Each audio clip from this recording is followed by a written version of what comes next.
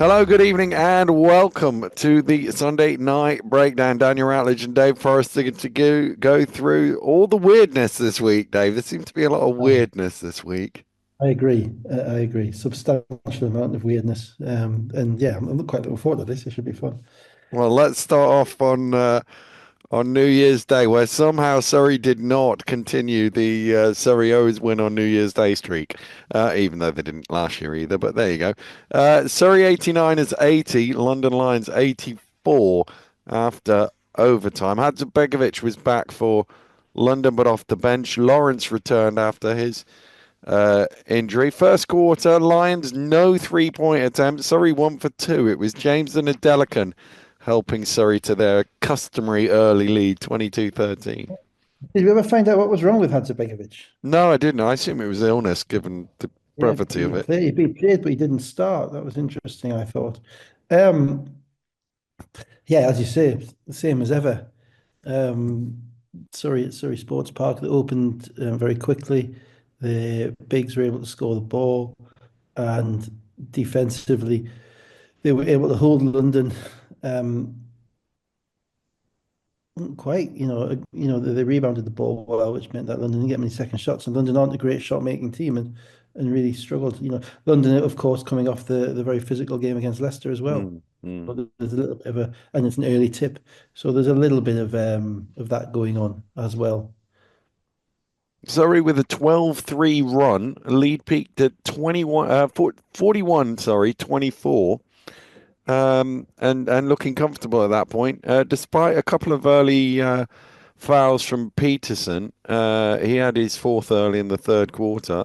London reeled them back in the second half. Sorry, no field goals for 8.5 minutes as London closed the gap to 45-42. Yeah, it's the drought kicked in again. They do Mm, have, or certainly at times they do. And London are, a good defensive team. They do put you under a lot of pressure. Um, once they got locked in, but it took them a while. mm. In this game, I just don't think they were at the races, to use a horrific cliche. Sorry, for much of the game, and I thought Surrey effectively controlled the game. Insofar as they were getting better shots in London, and London were kind of surviving on their physicality and second shots and all sorts of things like Mm. that. London had a 13-2 run in the fourth quarter to lead 57-63. 3:10 to go. Lawrence fouled out. But Surrey kept going. 2:05 to go. Ray, two free throws, 64-65. Well, Rye So came to play a little bit, didn't he, as well yeah, in he the did. second Yeah, half? yeah, yeah. I mean, he is when we talk about London and we talk about, the best team or one of the best teams, etc. Often we kind of overlook the fact that Rye is the most effective player in the league Mm, when he is in rhythm, and because he's one of the few guys in the league who has the takeover switch. yeah. We talked last year. There's not that many players in the league who do have that. There's a couple, but Rye has it with his size as well. He can take over Yeah. different ways. He can pass, he can rebound, he can score in transition. So he does it in various different ways. And he is their key Mm. player. And we underestimate at times just how good he is. He made it 64-67. Great pass from Peterson with 1:10 to go. 49 seconds to go. James in the low block, 66-67. Soko missed on the roll. Good help from Adelican, I thought, on that one. And Yeah, then 22.8 seconds to go. Rye, sorry, fouls Gooden. Timeout, Bojic. Gooden makes both free throws. And I've got 67-68. Must be the other way around. that's right. Yeah, 68-67.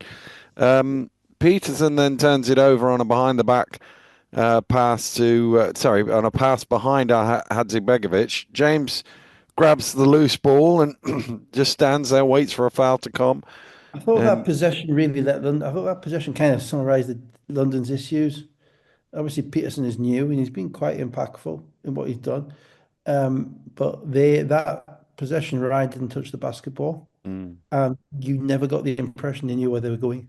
mm, You never got the impression that Peterson knew that everybody was in the right place, that they were running anything in particular at that point in time. Oh, sorry, I had to do with stand firm, and Peterson basically dribbled the ball into the floor, Mm, um, and shot clock's running down, and then has to look for something that isn't there. So that's kind of London's issue with having a new point guard who's been coming off the bench, playing starting a little bit, but also coming off the bench, who has a certain skill set, which really doesn't involve particularly being a threat off the dribble from the 3-point line. And I thought, the reality is, Rye had to have the basketball, mm, and he didn't. And it's just before we get to the fun bit, mm, it's interesting because London have signed Stuckman now, mm, and Bozic, and you look at London and you think, well, hang on a minute, you've got Hadzibegovic, you've got Dallaire, you've got Soko, you've got Rye, who's a matchup nightmare for teams at the four, and you've got all these kind of big guards as well, Sandy and Adebayo and all of that stuff. Why are you signing another four? mm, Okay. Why are you signing another big guy? And obviously Stuckman can shoot, which is kind of a little bit different. He provides a point of difference to the other three, and I get that. Um, but where the minute's going to come from? Because there's only 80 minutes at the 4 and the 5 spot, and you've got mm, basically four guys there who are going to be playing those spots and nothing else. And of course, what it means is that Rye gets knocked down the pecking order. And Rye, I think what's happened is, Bozic has determined that Rye is going to be a guard, mm, possibly his primary point guard down the stretch in games. Because Brisker isn't a point guard. Brisker's going to be Brisker's a two guard, plays off mm, the ball, shoots the ball. Um, Flood, he hasn't trusted at the end of games. Peterson, he has been playing at the end of games, but I don't think is a definite. So now, because you've got all those extra bigs, you can't play Rye at the four. So Rye's going to have to play in one of the ball handling spots, the mm, 1, 2, 3 spot. And I think that the decision he's made to do that is going to reduce minutes for Sandy and Adebayo, and it is really going to make them a Rye orientated team. We'll see how it pans out. But anyway, he didn't get the ball at the end of that at the mm. end of that game, and they turned it over, and James got the basketball. And James got the ball. I did wonder in real time whether if James had ran away, they wouldn't have chased him and time would have expired. But the fact that he stood there, it's the Yeah. right thing to do. Don't turn the ball over, let them foul you. But in real time, I thought that without knowing what was I about to think they're right. happen. I think you've got real estate. You run personally. You Mm, run for the hills. yeah, I mean, it's that old argument that you want a nice big arena so you can throw the ball miles in the air, don't you? yeah, yeah, yeah. Yeah, you can't be fouled by the balls in the air. Nice big roof. So he makes two free throws with 5.4 seconds to go. It's 70-67. London call a timeout. They advance the ball. The ball is inbounded to Dallaire in the corner, who hits a three-pointer and ties the game at 70-70.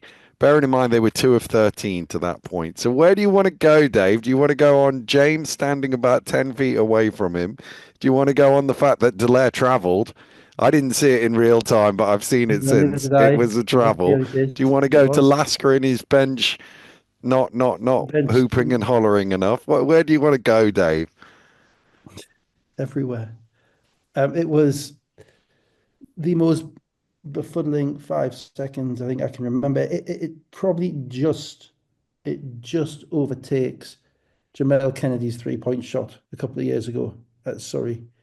When Newcastle Oh were yeah, tied up, yeah, 6 seconds to go in that same corner, yeah, yeah, yeah. and Cohen threw him the ball, and he decided rather than just dribbling the ball and getting fouled and moving the basket, he would put up a shot, which actually went in. So we thought, oh, whatever, but it's still the most nonsensical decision you could ever make. This wasn't quite as bad, you would think, because it was defensive as opposed to offensive, but I think that makes it worse. I've thought a lot about it, and the most confusing thing about the whole thing for me, the most remarkable thing about the whole thing for me is that if you took the score clip off there, you put the Yeah, time and the score off there, and you watch that play, everything about that play, you would think that was the middle of the second quarter. yeah, yeah. Everything about it. You've got um Velasquez bench point, everybody sitting there quiet as mouse, Mm, right? In front of their own bench. You've got Lloyd standing next to the table, basically, not even in mm, front of the advertising barriers. You've got Dallaire, who's not a great shooter. He can shoot, but not a great shooter. Catching the ball, and James being in a perfectly legitimate guarding position for any other point in the game. yeah. right? Absolutely. It's probably your scout report. You get your hand up as he shoots it, but you're not going to try and take a step because you do it. Um, and There the was a worst. lot of movement as well Well, in the well, key well, and well, cuts and whatever. Bozic's play was clearly to get Brisker coming off a screen. Mm, You can't get him off you enter the ball, Delaire throws it out, and boom, mm, you kind of a that was not the play mm, because basically by throwing it to Delaire there, you have absolutely backed yourself into an absolute corner. You are mm, literally in the corner. mm. Metaphorically, you're in the corner as well because all James has to do is get up on your side, get up on your hip. Yeah. You can't shoot it. You've got to drive, and the game is over. Mm, You know, so it's not about whether you close out or anything like that. You just get up onto his hip, and you literally take the space from the defender away. We played a game in Plymouth on TV many, many years ago, um, 2012, 13, where Huffman did that. He literally just ran up to the guy in the corner and just mm, stood there. He was shooting and Jeremy Bell couldn't shoot it mm. because he literally took all the space away from him. And the concept that we're up three, and the message for up three is switch all screens, don't foul, no threes, Mm. right? And if that's it, that's it. No, but if we give up a two, fine, we live. If even but at 5 seconds. But then the most befuddling thing, 'Cause even with people that, have said to me as well, why didn't he just foul him? They were yeah, over the limits at two free throw. I don't like that with 5 seconds to go. There's too yeah, much can still go wrong at that point. But absolutely. On top of that, London's the best offensive rebound team in the mm, league. They miss a mm, foul shot, they're going to get a rebound. mm, Don't they? There's a lot can go. You can lose the game from there. They make mm. one, they put it out for a three. There there was a game down there as well. I remember it was when Creon was coaching and Jay Kuznod was playing for Leicester, and they tried the same thing. They were up three, I think, and they tried to foul, and Kuznod just swung it through and Yeah. turned it into a shot and sent the game into overtime. And I don't, we always had the philosophy that too much can go wrong. Mm, Trust your defense, don't give up a three, do what you're meant to do, mm, particularly out of timeouts, right? Now, it's different if it's live play mm, and you're obviously probably, and you've been discombobulated and you've got like 18 seconds and you've defended for like 12 and they're just getting into what they want. And then mm. you can get a foul 30 feet from the basket and you put them on the sideline. That's great. But the reason you put them on the sideline or even to the foul line, but I prefer putting them on the sideline for that one. The reason you put them on the sideline is so you can defend the action. Yeah. It is, but what was the most befuddling thing about the whole thing, not the bench, not the coach, not anything else, not the fact it's come out of a timeout, was that it wasn't the catch and shoot. No. Delaire stood there and sized it up for a couple of seconds, Yeah, yeah. and James must have been absolutely frozen. His mind must have just been frozen. Mm. I just can't contemplate what That he was was the thinking. thing to me. It was like I was sat there watching it and I was going, why isn't he out to him? Why isn't he out to him? And Yeah, it and was what's he like, doing? What's yeah, Delaire doing? it was almost like he was step off him, but then he didn't react. Yeah, so you've got the time. It's not that he Yeah. comes and catches and gets it, but he actually he lulled him into the false sense of security in the Mm, history of the world. mm, And you don't really see it on the main camera, but when you saw the travel footage, yeah. you see how much space there is on the Yeah, sideline, yeah. 3 point line, and that's a rhythm shot. Mm, Um, so yeah, I mean, yeah, I do I kind of have an issue with the bench. I think you should be. There's a couple. You don't even if you're not standing up making a ruckus, you should be on your knees shouting no threes, get out to him, that type of stuff. yeah, yeah. There's a way because there's a way that I don't understand why Lloyd wasn't on the sideline because he can be down in that corner, almost defending that corner as well. Mm, mm, Again, communicating. I suppose the argument is, well, I've told them everything what they have to do in the timeout, see if they can do it. But the whole thing of just okay, we're down three, and we're going to let him size up a three in the corner where he's got nowhere else to go. mm, Um, just befuddled it. As I say, it was mm, it was a play from the middle of the second quarter, which determined the game. mm. Um, Against that, it was a travel, but then again, none of the Surrey players asked for a travel. No, I didn't see the travel, but you see no. it, and it was one of those delayed action travels because his second because he was holding the ball for so long. Yeah, yeah, yeah, Changed his pivot foot almost without you realizing because you hadn't realized that he pivoted the first time on the yeah. other foot. But I'm sure Ed will be annoyed he missed it. Mm, But but for me, again, ultimately, He doesn't get that look, you No, know. no, But, no. you can't get that look. You have to look at yourself first and everything else afterwards. Yeah. And As I say, I must have seen it 4 or 5 times, and then I went, "Oh, he's actually travelled with it there." yeah. So, as you say, I think it's the delay, but even still, I'm going, well, how's he got the shot away so easy? So Anyway, yeah, I mean, so yeah, it was just weird, just mm, a weird play. Like even then, and again, say if it was in front of if it was down the far corner for with nobody there, that's fine, but things happen. But it's right in front of your own bench. mm, The communication is a massive part of the game, and I didn't think there was any communication, mm. and they had an opportunity for that to be it. So yeah, that was bizarro. And then in the overtime, I didn't think there was any chance Surrey would win after that. I Yeah, thought no. that James kind missed of a grabbed their fadeaway heart and on. kind of pulled the heart out. Yeah, James missed a fadeaway on the buzz, and London were quickly up 7 in overtime, and they looked like they were going to win, but they shouldn't Yeah, have been there. yeah, I'll talk more about Surrey in particular because after when we talk about the Sunday game, I don't Mm, want to leave just on kind of on the negative. That was a game they should have won. yeah, The Sheffield game was probably a game they should have won as well. And that works both ways. One, they're actually getting good. yeah, They got to find a way of proving it. yeah, yeah, yeah. So we'll get to that with the second game. James 22.6 rebounds, Adelican 17 points, 13 rebounds, Gooden 16.6 assists.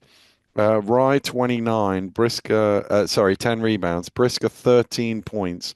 Delaire Soko Hadzibegovic had 10. It was the 12th time this season a team has lost having had a double figure lead. The sixth time it's happened to Surrey. Yeah, and that's the point, isn't it? That means that you're good enough to get out there. You're just not good enough to close the deal. So that really is your ultimately kind of glass half full, glass half empty thing, isn't it? The Yeah, glass is half full is that we're quite good. The glass is half empty is that we can't quite find a way. So the issue is, are they going to be able to convert that yeah. going forward to play to that level? Sorry, to Well, get results according to the yeah. level that they're playing at. Let's go to Friday. Manchester Basketball 76, Sheffield Sharks 72. Sheffield with 7 of the first 8 points in this game, and then Manchester scored 17 in a row to lead 18-7. Yeah, this was much of this game was an exemplification of kind of the slight degradation I was worried about with Sheffield over the previous few games. Just kind of small things, but in this game, Chapman and Nixon had half their shots, Mm, you know, and nobody else got into any form of rhythm or really touched the ball that much.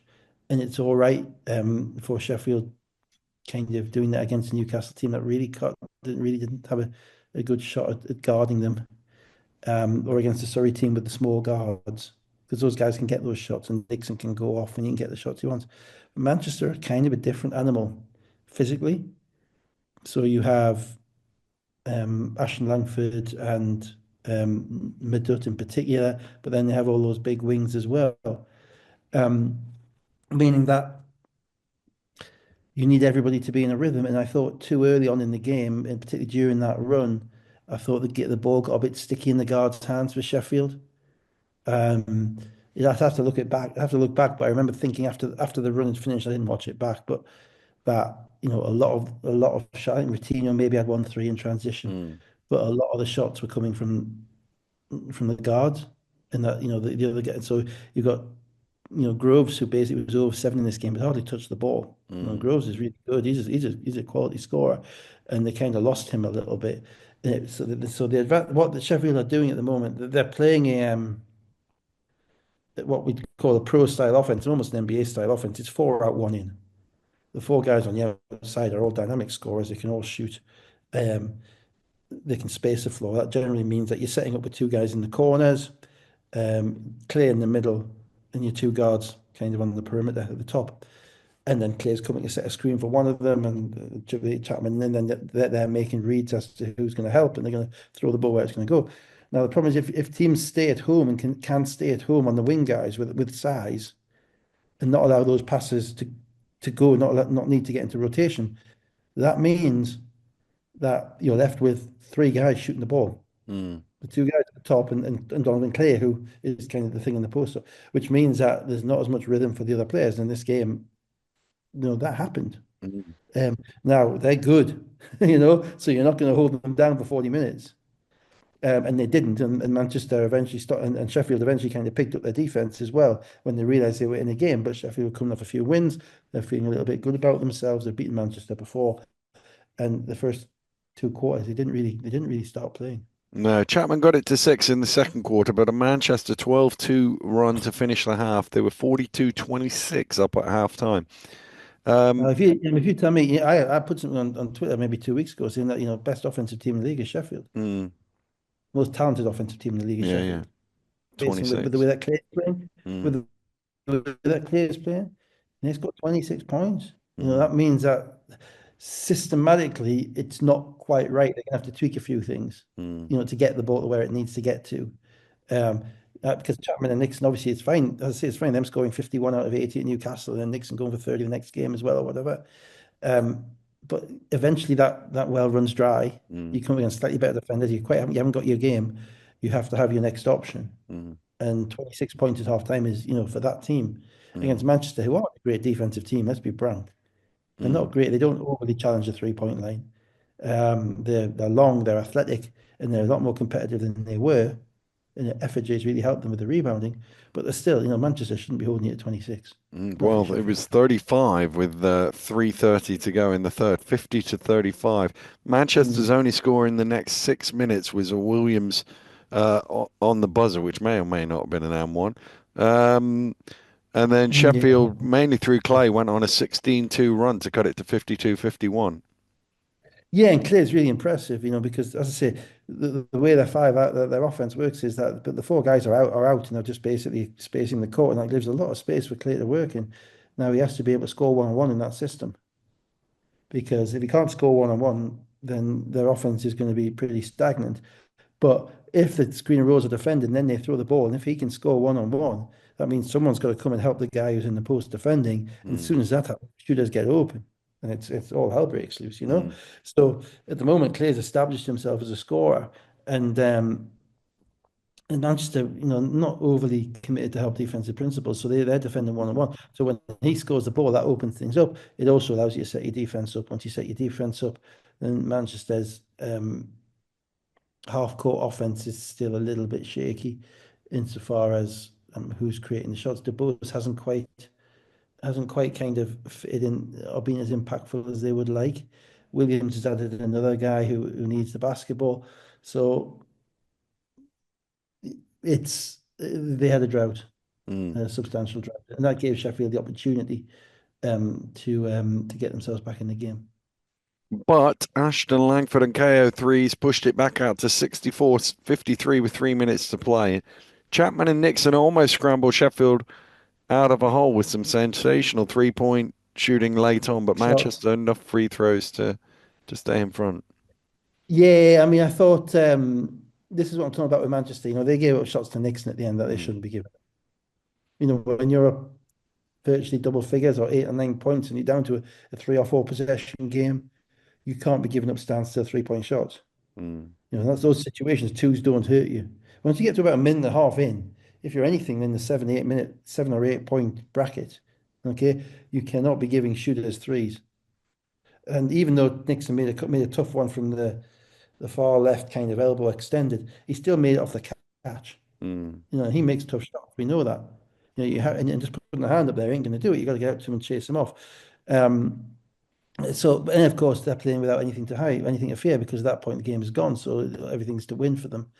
But you're right, Manchester just about made enough offensive plays. They just gave up too many threes at that point for my liking. mm, And mm. Sheffield missed a lot of threes in this game, you Yeah, know. yeah, So on another day, Sheffield scored 90 points in this game. It's just that they doubled their points in the last 15 minutes, or probably less. yeah, yeah, 35 halfway through the third quarter, they ended up with 70 plus. yeah. Um, so it just took them a little bit too long to wake up. But you look at the stats in the game, and you look at the shot profile of the Sheffield, and that isn't sustainable. You can't be having Chapman and Nixon shooting half the shots every game, Mm, because you're going to get virtually nobody else in double figures, and I don't think anybody else was really quite, apart from Clay, sorry, nobody else was close. So those no. three guys are playing, but they've got to find a way of getting people like Groves involved. Groves is too good. Yeah, I've got the stat on that is 10 points from everybody else other than Chapman, Nixon, and Clay, and three of them were Yeah. Jeffries on the buzzer. Yeah, that's well, absolute two shit. That's it. That's basically what I've been Mm, trying to say in the last mm. 10 minutes. Um, Also, Manchester, you have to give Manchester credit. They put together now, they now have a competitive group. You can see their cohesion building on a game by game. Having somebody who's not stark raving bonkers in the middle helps. Yeah, Um, yeah, and Effigy's really helped him. He's not as talented as Moore, but he's clearly better to play with, yeah. put it that way. When he's on the court. And he's on the court, and Ashton Langford is beginning to kind of take over that team. Um, and then you have really talented and KO and Mitchell are probably as purely talented a wing scoring duo as there is in the whole league. Mm, Because KO and Mitchell playing the three and the four. Um, they're a tough cover. That's a tough cover. They just still got to kind of figure out whose team it is mm. and where the good minute matters. But again, Mitchell's going. yeah. Mitchell 6 of 9 for 18 points, 10 rebounds. FJ 11 points and 12 rebounds. Ashton Langford 11 points and 5 assists. Chapman 23.7 rebounds. Nixon 22.6 assists. Clay 17 points and 15 rebounds. Mm. Newcastle Eagles 93, Leicester 90. Will Neighbour was back for Yeah. for Newcastle. Not a lot of scoring in this game early on. It didn't look like it was going to be a 90-90 game in the first quarter. It really didn't. Both teams kind of a lot of context to this game because it's the fourth time they played each other in 4 weeks, and they're both teams I think that do focus on the opposition in the way that they prepare for games. Mm, So really got the impression that they kind of figured each other out to a certain degree.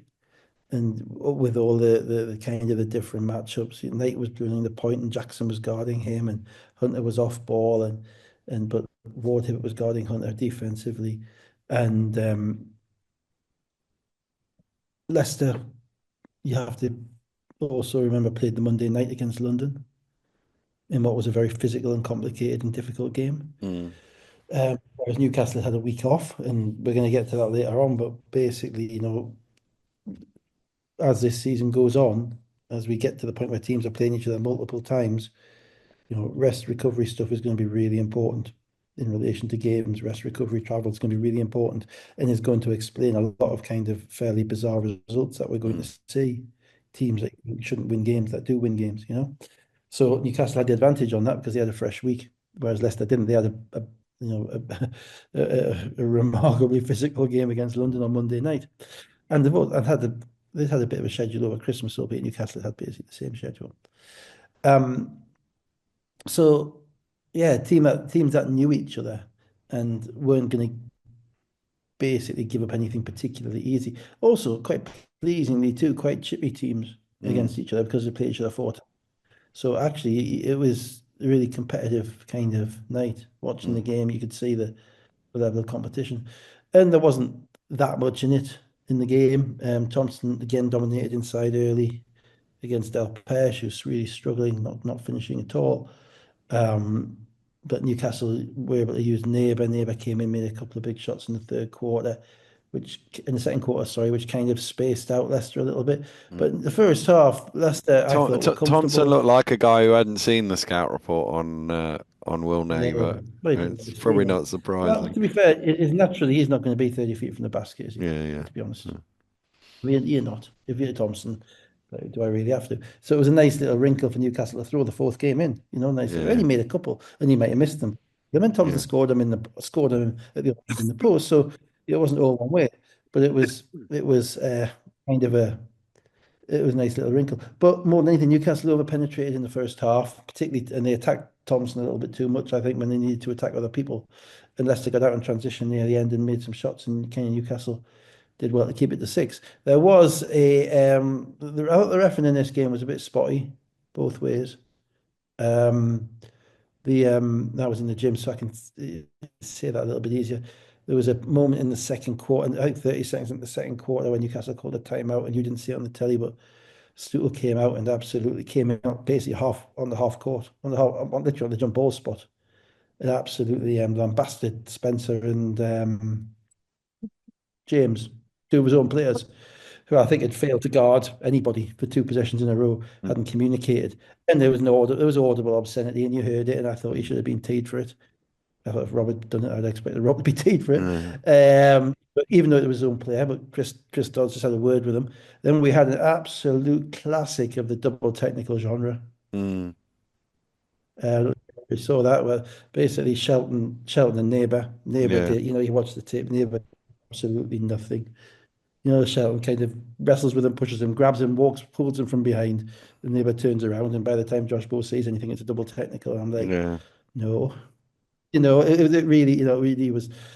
So that was kind of, you don't get, you never get to understanding seeing what you're doing. And Stuble's not getting one for storming on the court, Mm. albeit after a timeout. So he's allowed to go, but storming on the court. So the whole arena can hear him effing and blinding, Yeah. Yeah. you know? Um, there was one where Hunter got a little bit lucky because, he got a second foul and you see on the camera, he spent some time clapping in the direction of the Yeah. ref, Yeah. Yeah. which is yeah, no, no, Mm. and you just got I just got the impression, and then Zach Jackson bounced the ball off his foot, and Zach and Josh gave it the other way. I just thought there were bits. I thought other than Chris, I thought the two young refs were a bit spot. And then we had the Blake Bowman thing, Mm. which is devastating because basically it looks like his knee just kind of crumpled under him as he Yeah. was Yeah. going up, Yeah. Two and he minutes fell into down the in second quarter. yeah, and he fell down, and Chris Curl gave a foul after you're watching what the reactions are. So I Mm. thought the refs were a little bit spot. I hope they can review this game and be a bit better than they were. And I'll get to it in the fourth quarter as well. I don't think it impacted the result of the game. Though it's just I didn't think they controlled the bits they could control the way that they could have controlled them. If that makes any sense. But no, Leicester were better in the first half, and then Leicester had Newcastle an came out in the second half, and an 11-0 run in the second quarter, Leicester 36-44, but Eagles scored the last basket of the first half, yeah. and then the first 11, I think it was, of the third quarter, and they were 49-44 ahead. Good job on the offensive rebounding as well in that spell. Yeah, I mean they beat Leicester for energy at the beginning of the third quarter, and I got the impression that I was comfortable if I was Leicester at halftime. I was thinking I'm not quite sure how Newcastle are going to win this game. Leicester are getting better shots. What Newcastle did do so much better in the second half. Yeah, they got hustle plays and the offensive rebounding in particular, but they also basically played one-on-one basketball. Rob said afterwards he was right, but they picked their matchups. So Okoro and Knight was exceptional in this game as a point guard, and one of the reasons for that was Jackson was guarding him, so Jackson's playing 37 minutes as well, so Jackson can't hound him up and down the court. Mm. So Knight was able to kind of pick his spots, and what Newcastle were able to do because Leicester switched so much on screens is that they were able to kind of pick on the weaker defenders.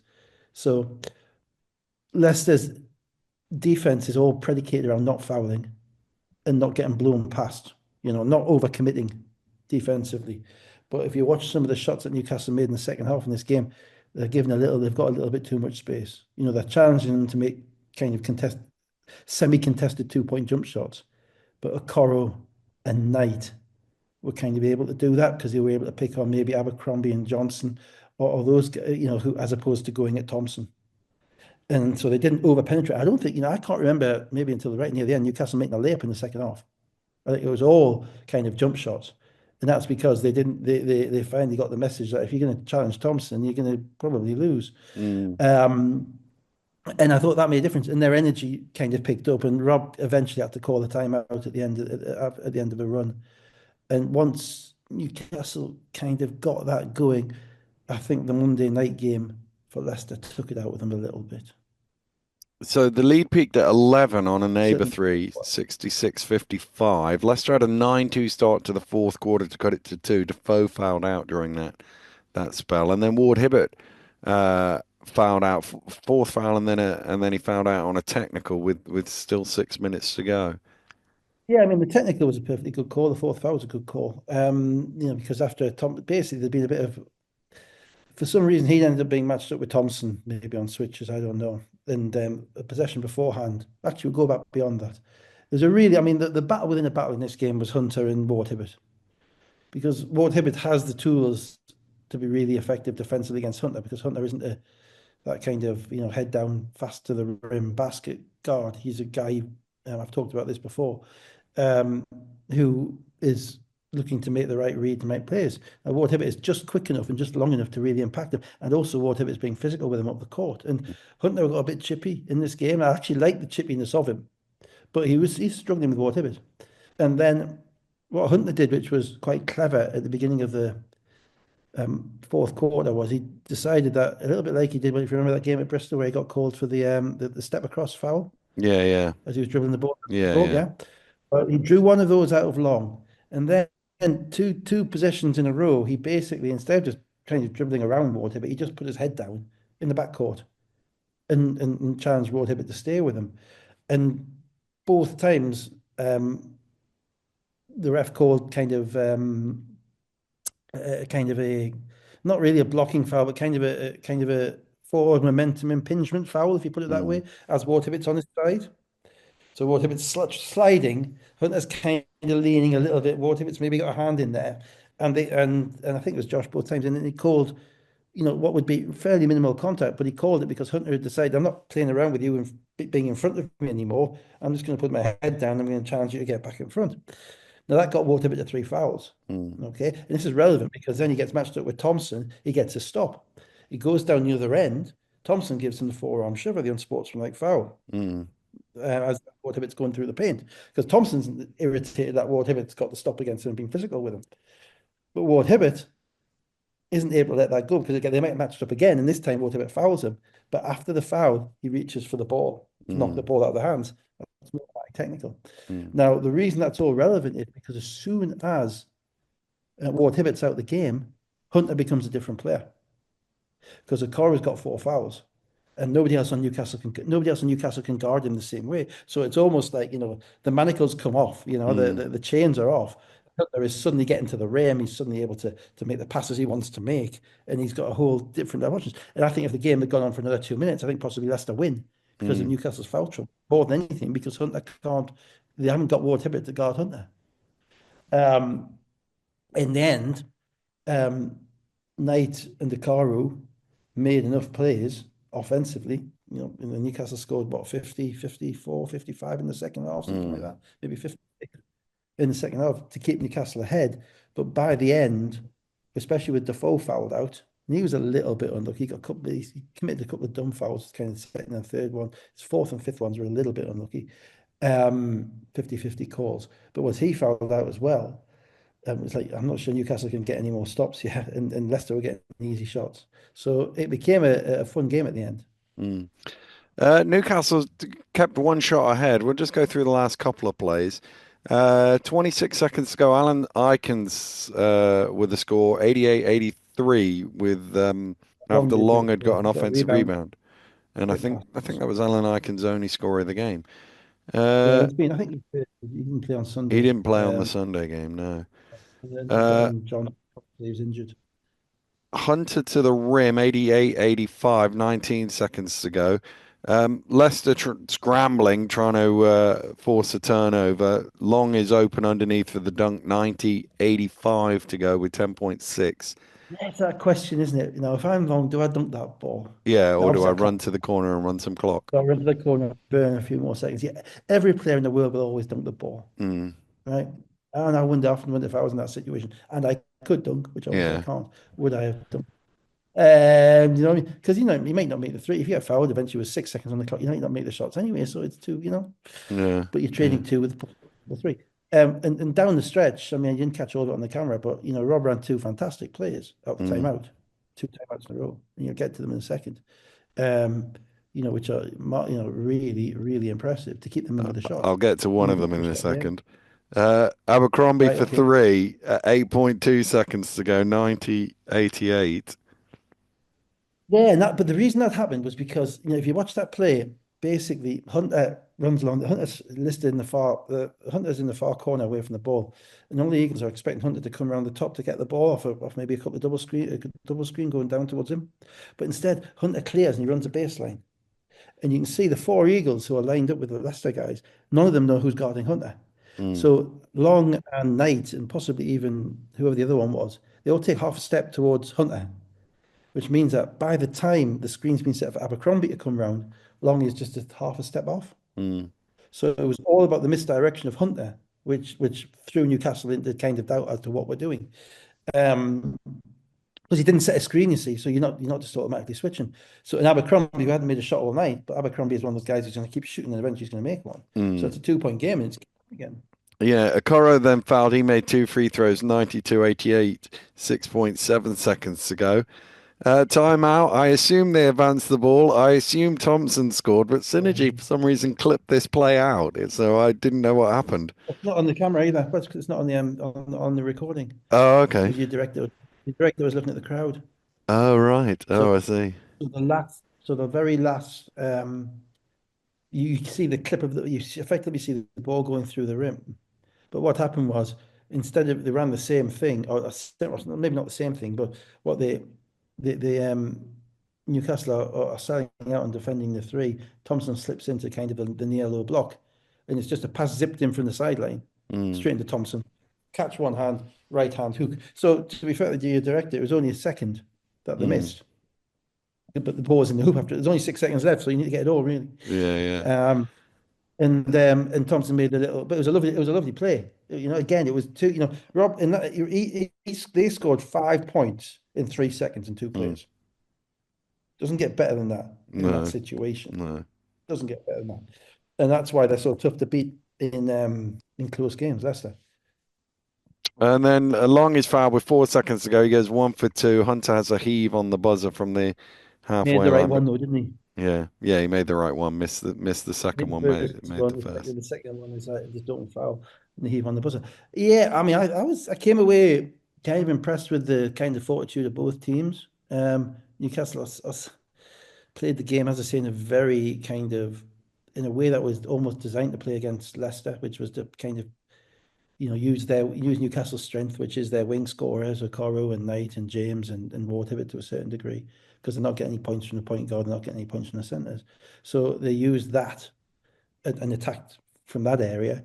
Leicester basically it played the way that they always do in relation to their they're running their sets and getting their shots, and they got the ball inside a little bit more.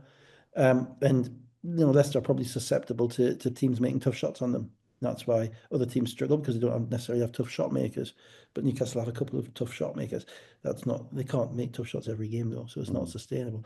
But ultimately, Newcastle have beaten effectively beaten Leicester 3 times out of 4 in the last month. Effectively, it was a draw, obviously, but it was an effective win. But they haven't beaten anybody else in that mm. time. It's Yeah, almost like they're kind of, they lost to Sheffield, they lost to the Latvian team, they lost to Surrey. It was almost like they were so conditioned to playing the Leicester and last playing, thing. Yeah, in yeah. the game that they haven't that what works against Leicester or what keeps you competitive against Leicester may not, Against you know, anybody else. be the same against others.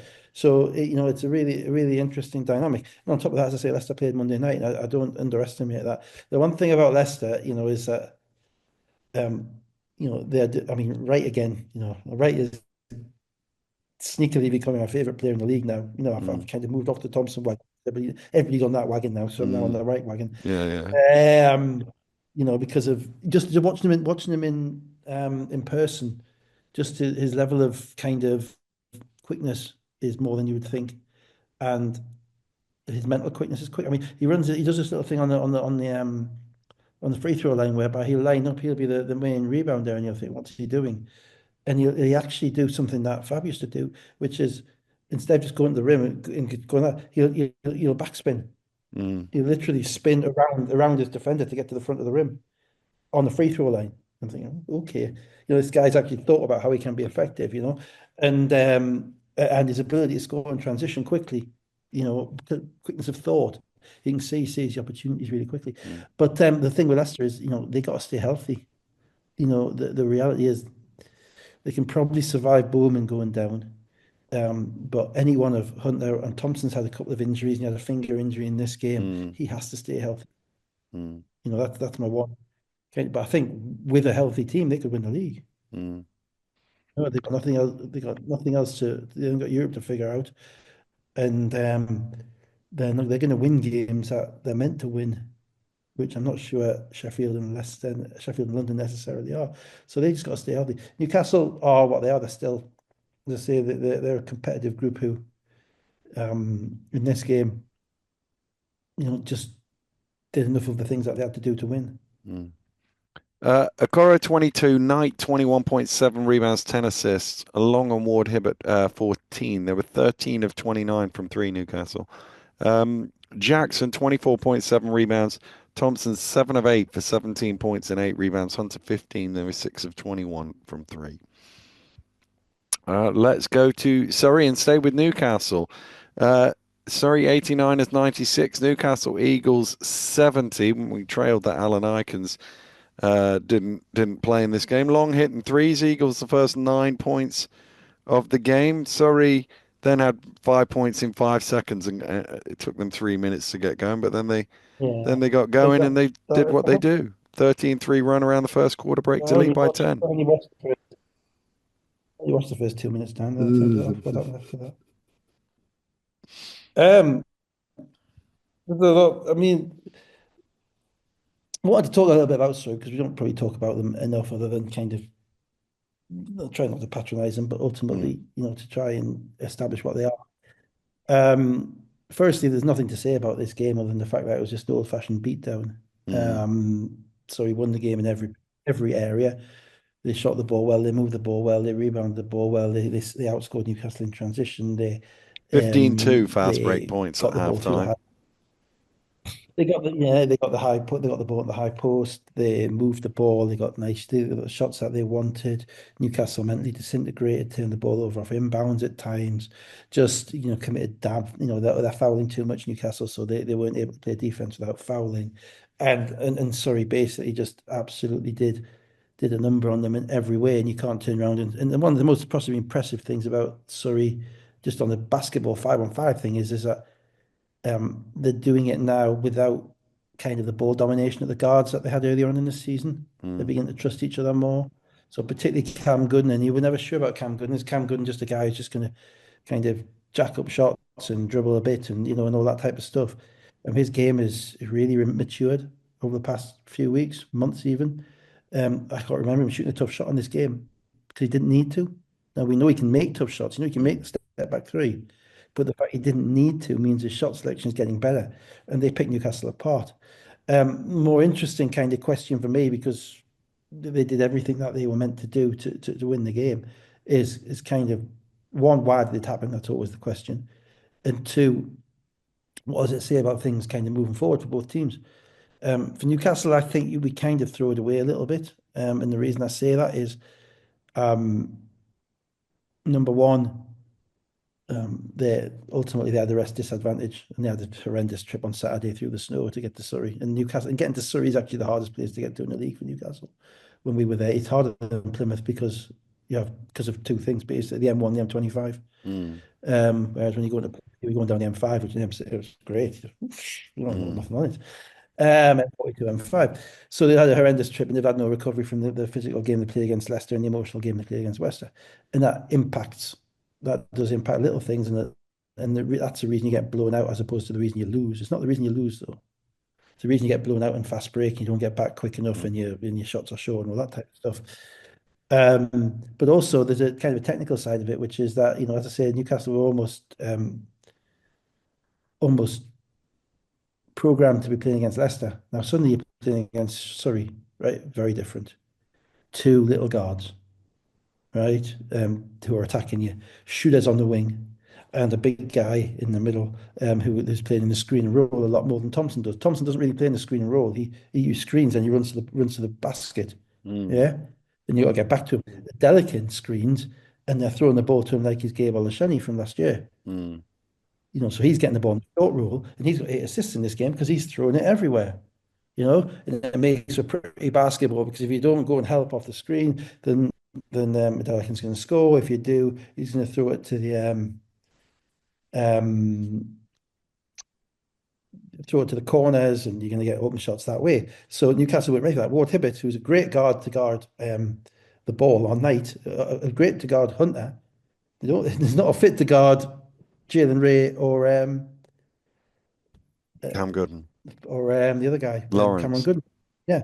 On top of that, so you have all that there, right? Now, then you have the fact that um, Surrey are whole, right? So Andrew Lawrence, who didn't play, who didn't play the second half against Sheffield, he's playing. He's impactful.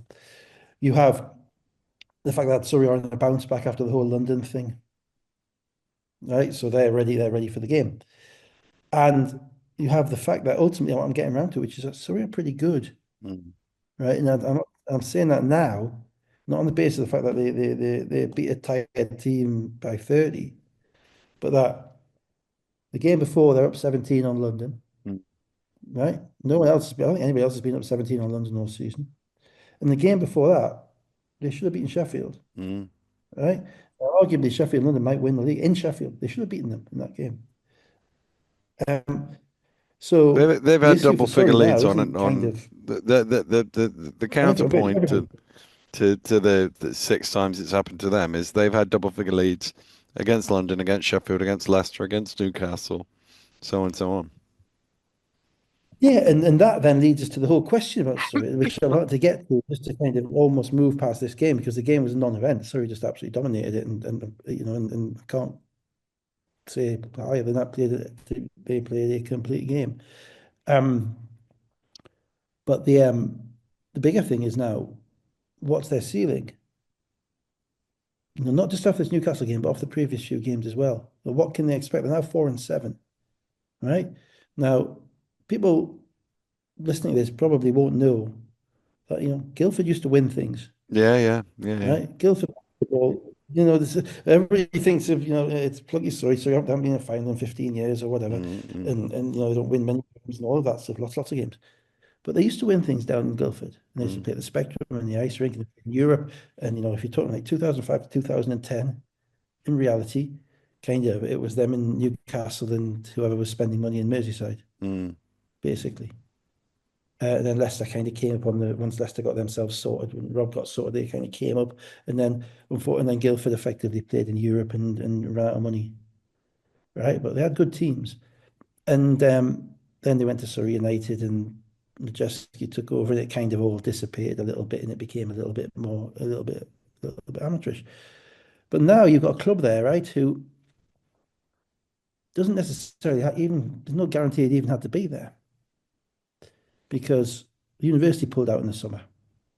Right? Now, when we know that when the university pulls out of BBL clubs, it's generally a disaster. yeah, yeah, yeah. You generally don't. You can go back to Leeds, Worcester, whoever, Durham, you name it. That's three for a Mm, start. That the university goes off you go. But instead, you've got the advantage that you've got, one of our greatest of our players, Dan Clark, at the operations, who's willing to take it over.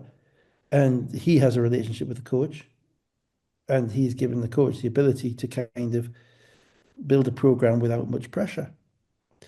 And so what they've built on is continuity. So, Gooden is a continuity player. Jalen Ray is a continuity player. Josh Steele has played for Lloyd for forever and a day. You know, Nadas is a continuity player from London, from the youth programs in London. You've got Andrew Lawrence, again, continuity player, has been there 2 years now. And Theo.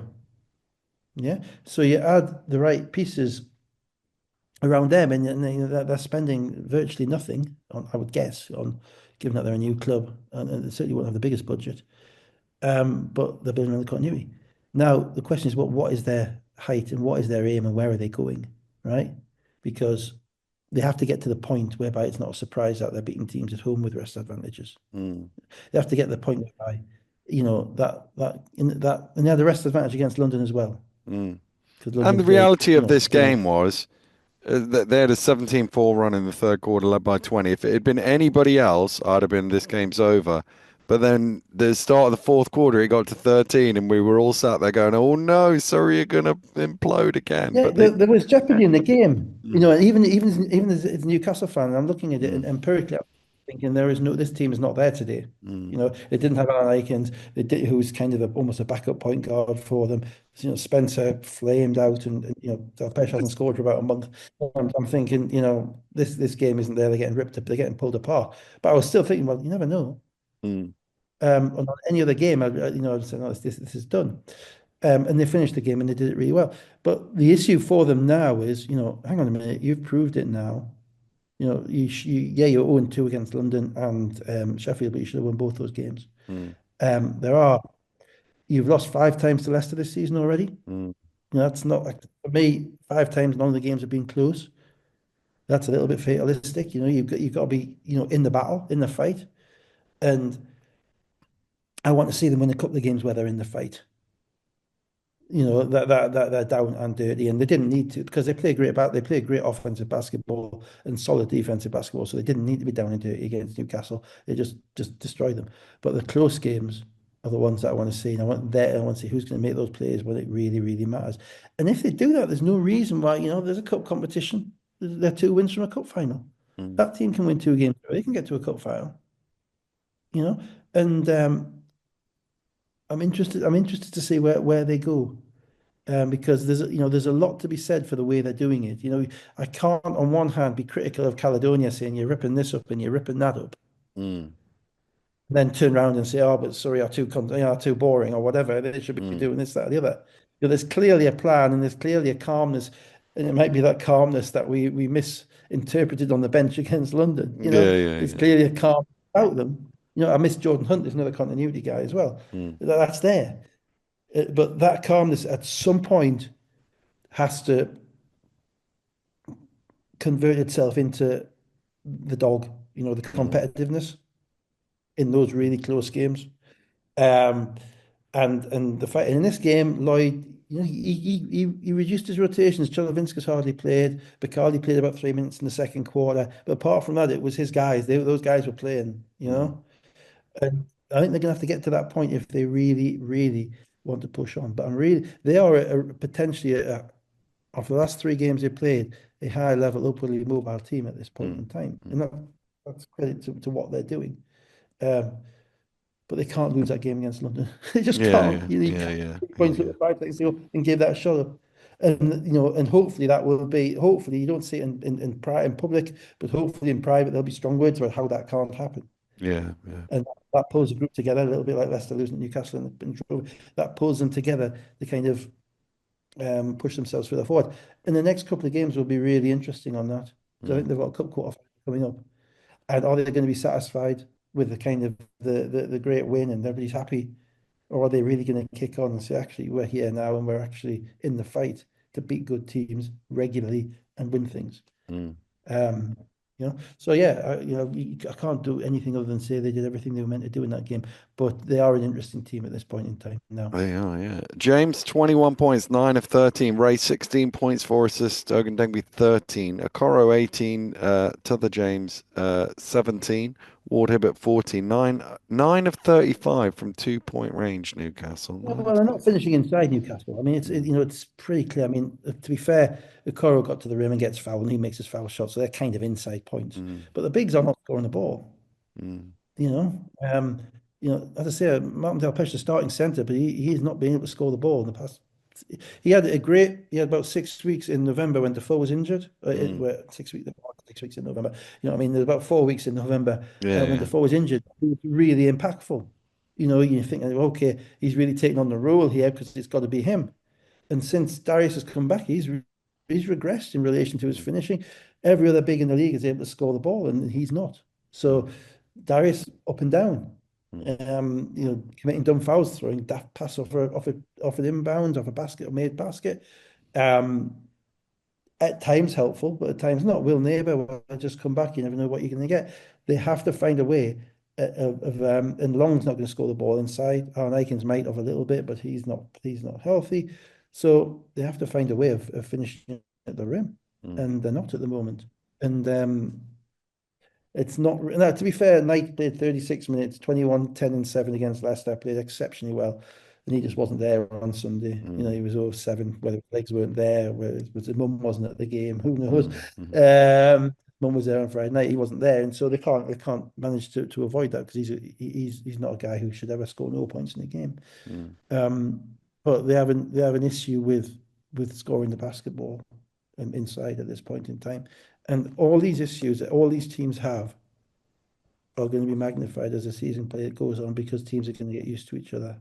mm, And you're going to find that certainly the teams that are likely to win games are going to prey upon the weaknesses of the teams that don't. And mm. who does that better will impact a lot of the games as to who wins. Uh, 9-35, nine yeah, 2-point shots.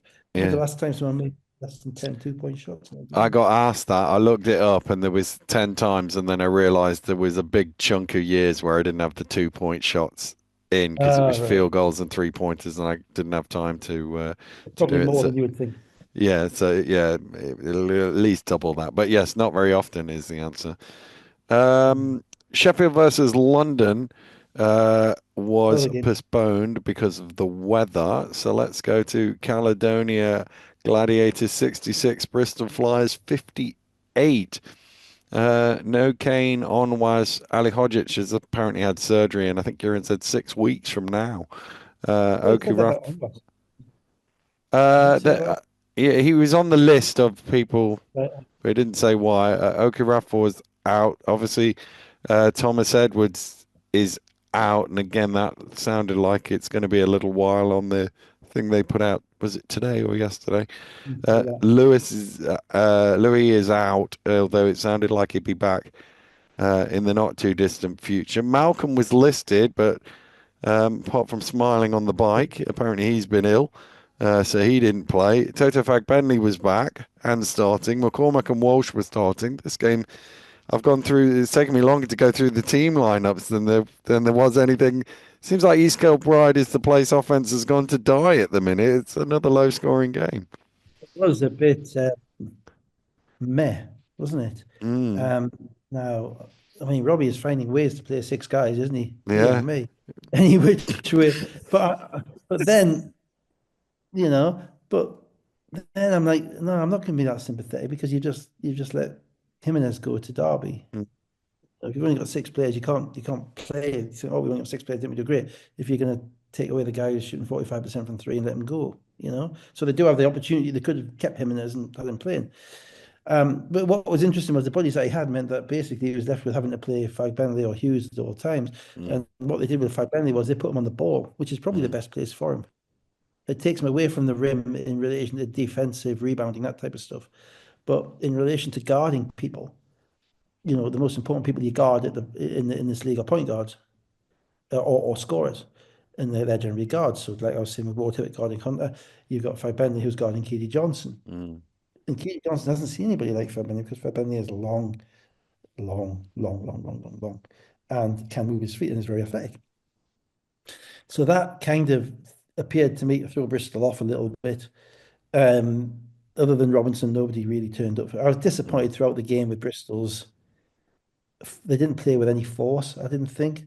Um, they didn't play with, Thomas Edwards is a big part of that. Obviously, he really adds a lot of force to everything that they do. But outside of Robinson, I didn't think they played with much kind of purpose or force at all in what they were doing. Um, Caledonia have thrown out a giant team with Fag Bentley at the point, with Whelan's by far the smallest guy, Barnes, Dunbar, Wilson, Frame. It's a really big team, so it's not an easy team. And actually, um, defensively, Caledonia were pretty good with that group on, apart from remarkably when they went to the zone when they got filleted mm. in the third quarter. And I think Bristol did far too good a job of attacking the zone because they got them out of it Came too out of it quickly. They were quick. Yeah, better yeah, the couple, yeah. yeah, missing the couple and keeping it going a bit longer. Bristol also lost Sheffield. He caught one in the Yeah. face 3 minutes from halftime, never returned. Uh, Keedy Johnson with a couple of threes to make it 34-40. That was in the third quarter. But Gladiators a Well, Kenny 9-0 Heath was run good to as well. 45-42. And then at the end of the quarter, Dunbar rolled his ankle and never came back into the game. Yeah, so they're playing the last five with Fabian and Hughes on the court, and Hughes was pretty good. Mm, Um, but what I didn't see was Bristol pushing the. I wanted more force from Bristol, more mm, power, more quickness, more. They didn't. I appreciate they haven't played much over Christmas. I think they had the one game, didn't they? mm. At Leicester maybe. Yeah, Leicester. But yeah, but they didn't play great there. And Sheffield is a big piece, and I mentioned that last week or Mm, 2 weeks ago. I said, Sheffield's kind of a secondary scorer for that team now without Tennyson. Um, and I don't know, the problem that they have to a certain degree when playing against a team with that degree of size is that's going to impact Walsh because Walsh likes to go at the rim and he has to fit. He's good at finishing over people, but it's different finishing over someone who's 6'6" as opposed to someone who's 6'10". mm, And you've got Barnes, you've got Hughes, and you've got even Wilson for so that impacted them there. Um, then you got Samuels who wasn't really able to score the ball in this game the way that you need a starting point guard to. And then you rely on your bigs, and they were a bit, as I say, apart from Robinson got into foul trouble, apart from him, they just didn't play with the degree of urgency that I would have thought they needed. The interesting thing is, of course, they play each other in the cup mm, in maybe the next 2 weeks. mm, So it'd be very fascinating to see what happens in that game because if Bristol play with more energy. Now, I think you have to play fast against Caledonia because Caledonia are big and they're not going to score. You want to run them up and down the court, basically and they didn't. Caledonia survived on the basis primarily of Wilson Frame shooting the threes, which again I wasn't impressed with Bristol's commitment to taking that away. You should know by now that if Wilson Frame gets a basketball down the left side of the court, he's looking to the court to the left of the screen and he's pulling up and he's shooting it. And I think he made six, maybe five or mm, six threes in this game. mm, And without those five or six threes, Caledonia don't break 50, you know? So I thought, yeah, it was if you're Caledonia, you'll love it because you've won with six guys, and you've actually developed a little bit of a defensive intent, and not just sat in the zone, man to man. You've showed you guard people man to man. I'm still not sold. I'm still thinking it might be a little bit of fool's gold. I'm not quite sure mm, how they're going to operate when they've got more of their players back. Um, but it's a building block for them. But as you say, offense goes to die. It was really tough watch. mm. It was, yeah. It wasn't as tough as the Cheshire game last week. That was tough, tough, tough, tough, tough. But because of the Cheshire Caledonia game where they just sat in the zone Mm, and Cheshire threes, because there was a degree of kind of defensive competitiveness in this game, which I liked. But offensively, it was a tough watch. mm, Bristol, obviously, they got a cup final coming up in 3 weeks as well. So, if Thomas Edwards is out, that's going to be a difficult piece for them. They're going to have mm, to get the point guard Lewis quite quickly to have him in rhythm for the cup final. So mm. you're looking at kind of two teams staggering to the cup final at the moment. Yeah, yeah, yeah. So Uh, it's gonna be fast. Wilson Frame, 20 points, 5 assists. Barnes, 16.6 rebounds. Whelan, 10 points, 5 rebounds, 8 assists. Johnson, 19. Robinson, 13. McCormack, 10. Gladiators were 5 of 17 from the free throw line. Since 2008, only 8 teams have shot below 30% from the free throw line and won a game. And Caledonia's 17 attempts is the most attempts in that scenario. Worcester with Mile 3 of 13 in November 2012. That's five the of next 17. highest. Yeah, Ouch. yeah, yeah. Ouch. Yeah, as I say, maybe I'm willing to give Caledonia time. They need time. At the moment they've got literally half of their team playing. Will they, if Kane comes back, Dunbar is out, who knows? Dunbar didn't look that great, did he, when he went out? No, he didn't. So that hurts him. Where's Okorie? Is he hurt already, or is he just done well? He's a big piece for them because he steadies them. Mm, Um, but yeah, I mean, I'm interested to see how they go when they get out on the road because I haven't played that many road games since Christmas. I don't think. no. Let's go to the last game. Cheshire Phoenix 101, Manchester Basketball 94 after overtime. Skylar White was back. Even Mm. first quarter, FJ in foul trouble, but the scores were pretty close. And then Scott Grayson and Ulf pushed Cheshire up 7 early in the second quarter. Yeah, you're right. I mean, it was they played each other about last week or the week before in Manchester, Yeah, and it was. I think it was 2 weeks ago. Manchester won by 20 or something like Mm, that, maybe 25. yeah, And so that was probably just the game before Planutus and Timberlake, maybe. yeah, it was. Yeah, yeah, Um, yeah. so so you have that kind of Manchester coming off what, how many games? Five, 6 wins in a row. Five wins in a row. So that Cheshire kind of need to win more, and we're getting to that point of the season whereby one of the major factors in who wins games is going to be who needs to win more. Mm, Uh, and if you won five in a row, then you don't need to win as much as if you're kind of trying to prove yourself and you're scrambling mm, and you're trying to climb up. You've lost a couple of games, so I thought this was an Austin game. This was the type of game you bring Larry Austin in for because it's the beginning of January. You're playing against a team you've played against three or four times already. You lost by 20 against them. You need someone to make energy, effort, and just basically play like it's his last ever game. yeah. That Austin didn't. I thought everybody else was playing kind of at their speed, and I thought Austin was playing at Austin's speed, Mm, and the steals, the offensive rebounds, just the general energy and ability and willingness and getting to the rim and all that stuff. I thought that carried Cheshire through because Cheshire aren't anywhere near where Ben would want them to be at this point, um, because they're integrating two new players. mm, And I think without Larry, they'd probably lose this game. mm. So it was kind of the other side of the Larry Austin experience. And Manchester just did what they meant to did what they do, but they struggled until they got FJ back in the game in the fourth quarter, which he Yeah. showed how important he. White had a couple of threes. That got Cheshire back up seven. They had a 6-0 run. Oh, bless you. Excuse me, around the final break to lead by 12, 69-57. FJ then came back on to the game with 8 minutes to go and been on four fouls and barely played at all in the game and just ripped through Cheshire 15 points in 6 minutes and actually put Manchester in front 82 uh, 83 with a minute to go, although Austin immediately laid in at Do the I get other end. do I get to say it? Do I get to say that FJ was hot? You do, yeah, He yeah, was yeah, burning. yeah.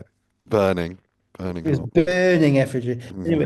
Anyway, no, the the thing about that is that Cheshire with obviously White. You were referring to White potentially looking like his knee wasn't great, Mm, and I know he didn't play a game a couple ago, didn't he? mm, And he was on the bike, and he's so critical to them because again he made two or three shots at the beginning of the third quarter where Manchester again didn't realise that they had to guard him. mm, It's not Will Neighbour. It's not like he hasn't played months. So you've got to know that. That's my knock on Manchester, that they mm, give up shots like that and they give up players like that. But then without him. Ben actually at the end of this game went to an absolute five-out line that Planutus was effectively the five man. mm, Because he had Austin, Holden, Scott Grayson, Atwood, and Planutus on the court. mm, And maybe Idle Rock. Idle Rock might be one instead of one of them, I'm not sure. But either way, effectively, three guards and two forwards. And they're playing, and Planutus is five-out guy. Now that obviously makes that you're going to struggle inside at that point because you don't have any type of ballast or bulk inside at all. And you've gone away from Ulf and you've decided you want your shooting at the other end. Um, and that's kind of the way they're going to go, I think. And now, if they lose White for any period of time without having Teague and the bulk that he provided, they become a fun team to watch. mm. Albeit not, I'm not sure it'd be a fun team to have to coach because you have to find a way of getting some stops inside. Yeah, yeah. It might work against other teams. It's going to be very difficult. You're going to be trading three for twos the whole time. And as you say, Effigy, came in and showed offense that we didn't realize he had Mm. in relation to his finishing, and nearly pulled Manchester over the top.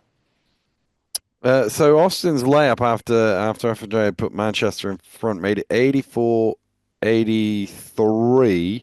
And then so we're into the final minute. There was a technical for a flop off the ball on Holden, which I didn't see in real time. And when I watched it back, I was like, do we really need to call? Apparently, he'd been warned earlier, but I'm not sure it needed to be called. What did you think? Well, he has to be wounded there for it to be called. I mean, I have a, I mean, flops are right behind double technicals is kind of Mm, my absolute bugbears, really. I don't think, I think it is virtually impossible for a referee to judge. judge a flop. I think I think in as in football terms, if there's no contact at all and somebody is faking, that's all right. Mm. You can blow whatever you want. If somebody falls over on a 3-point shot where they've not been touched and they're looking for a call, yeah, fine, call it. But Holden and whoever it was were basically in the post. Mm. There was one in the Glasgow game actually where there was a flop called when I think Fag Benley went into somebody by Chris Dodds. And I didn't like Mm. that call. There was contact. No, If I there's mean, I contact, remember the one, yeah. if there's contact, you can't turn around and say what force. It's impossible for a referee to judge what force a player has used. Now, you might think there's not enough force there to be a foul. That's fine, right? But if there's Mm. contact, you shouldn't be calling flops. Bottom line. Mm.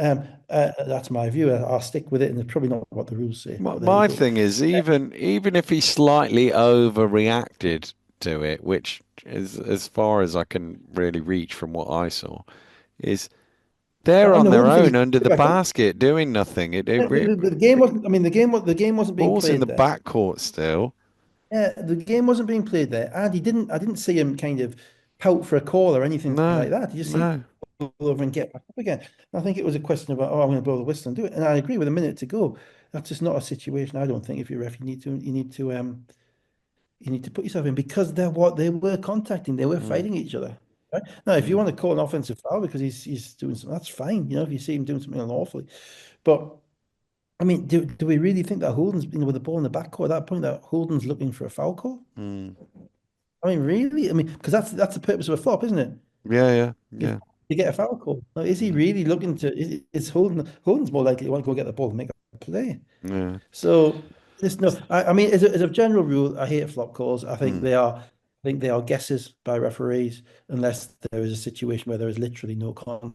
mm, mm, And what I don't like, and I've mentioned it a little bit about the Newcastle Leicester game, I don't like refs calling stuff out on the reaction as opposed to what they see. You ref the defender. If the defender does something he shouldn't do, you call a foul. mm, Anything else is irrelevant, mm. And so the flop calls, nah, I just nah.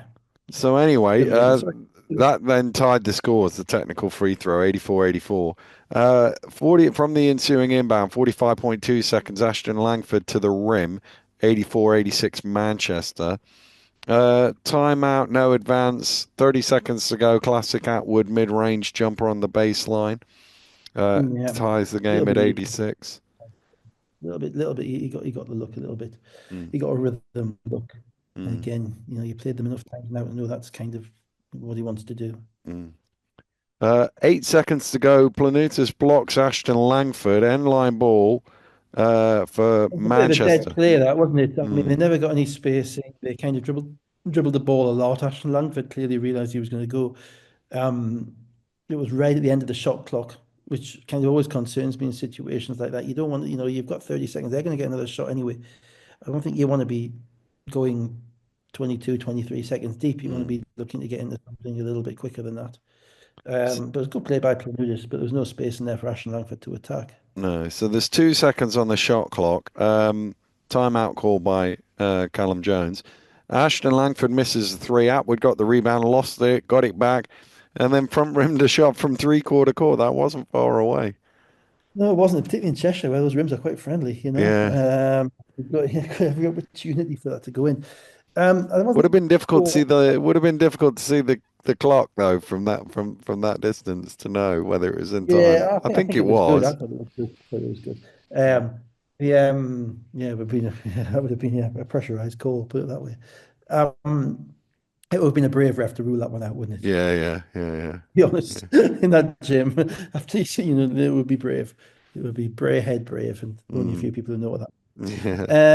Um, The 2005, 2006 quarterfinal, 2004, 2005 quarterfinal BBL Mm. Cup. Look it up.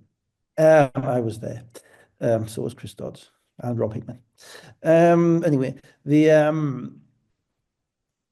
yeah, it would have been. I wasn't that dissatisfied with Manchester's play. There's only 2 seconds left. By throwing it long to Ashton Langford, and by him putting up a long three, you actually take away a lot of time that Cheshire would have. Mm. So the shot goes up. By the time he catches it, the shot goes up. By the time it's rebounded, you're down to 3 or 4 seconds. Mm.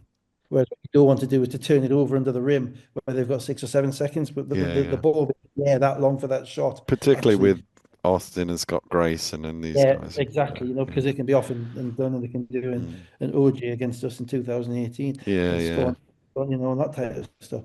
Um, so I wasn't upset with that, but the yeah, the shot was good. But once we got into overtime, you did kind of feel that Manchester had their shot. Yeah, yeah. Knicks had six in a row to lead 94-90. FJ finally fouled out at that point, and Cheshire managed to always have at least 3 points in the bag to see it through in the closing stages. Yeah, they made enough plays offensively, and I say they're a tough kind of offensive team to guard at any point without the big guy in the middle, which really helped Manchester in this game.